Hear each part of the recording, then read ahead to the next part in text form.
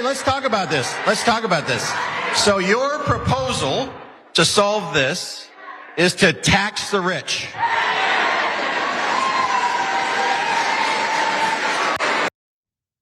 What did he think was going to happen? They were being very clear with the chanting. Hold up. Let me get this straight. Are you saying you want to tax the rich? Yeah, no. Nebraska Republican Mike Flood. Yeah, they're being very clear that they want to tax the rich. One could make the case that Americans generally have been very clear about that for a long time. You know, you wouldn't know it to look at Congress because of course they're there to represent the rich and they would never ever tax them. But it's a pretty popular position out there amongst regular people. And so this is how these town halls are supposed to work. He asked a simple question and he got a very simple and straightforward answer. And by the way, those calls to tax the rich are only going to get louder now that Donald Trump has effectively fully handed over the government to the richest people in the country. His cabinet is packed with literal billionaires. He has given the richest man in the world independent power to just do whatever he wants, cut things he doesn't like, send himself new contracts. The government has never been more explicitly and transparently corrupt as it is right now. And thus people's rage, which they already had before Donald Trump won the election, is only gonna get bigger.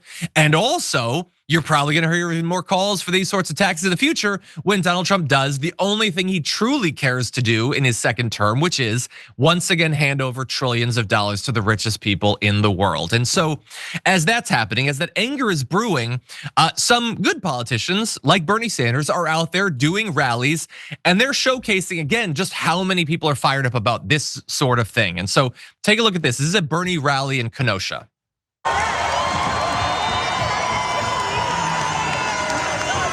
I didn't know there were this many people in Kenosha. Wow, what a crowd. And by the way, we're got another 1,000 people in the overflow area. Yeah, so that's a pretty good crowd, particularly when you bear in mind, we're not in an election right now. It's not like he's rallying and it's 2 weeks until the presidential election, everybody's fired up. We're a year and a half away from the next election. And Bernie Sanders is just going out and people want something to rally behind, a platform, a message, a leader, a hero, something. And that's why he's getting the reception that he's getting. And it's not just in Kenosha. Here's, he put up this video and I love it. This is from their outside of their Altoona, Wisconsin rally.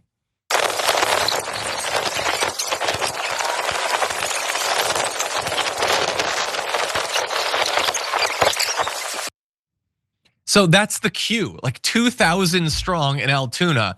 Again, they just want to hear somebody pushing back against the insanity that they're seeing. And so I love to see it, Sharon. I know he's been doing it. You have AOC's, I think, gonna be joining him. And so this sort of thing is starting to spread, especially as the Republican town halls are probably not gonna be as common. People need to have something. And I love that you have people delivering that. But what do you make of either Bernie or Mike Flood and his little question to the audience? Yeah, we're asking you, don't put it back to us. I think Bernie is brilliant, of course, but I don't even think you have to be brilliant to execute this plan. Listen to the people. There's something going on here that's real. And even though I love to just kind of drown myself in depression about how we don't have any power, they're taking away, we actually do.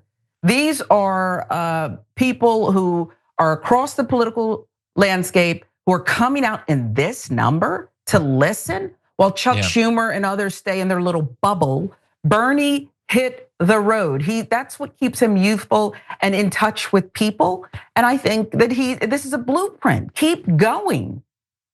Yeah, look, it's all so obvious. If the Democratic Party actually wanted to bounce back, I'm not even gonna tell you that they need to look to what people like Bernie Sanders are doing right now. They could just have been looking to what they've been doing for literally years. And I'm not gonna restart a whole hypothetical about the different position that our country would be in if back in 2016 they had just given Bernie a chance. He could have beaten Trump. That would have been it. We never would have gone through the MAGA stuff. The pandemic would have been much better. Again, there's no point, I guess, in relitigating all of that. But we can at least learn some lessons now. Chuck Schumer is not drawing crowds like that.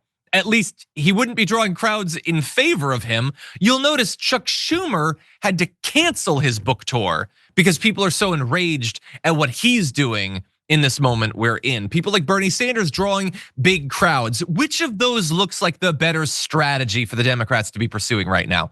I think that's as clear as the question that Mike Flood asked that audience.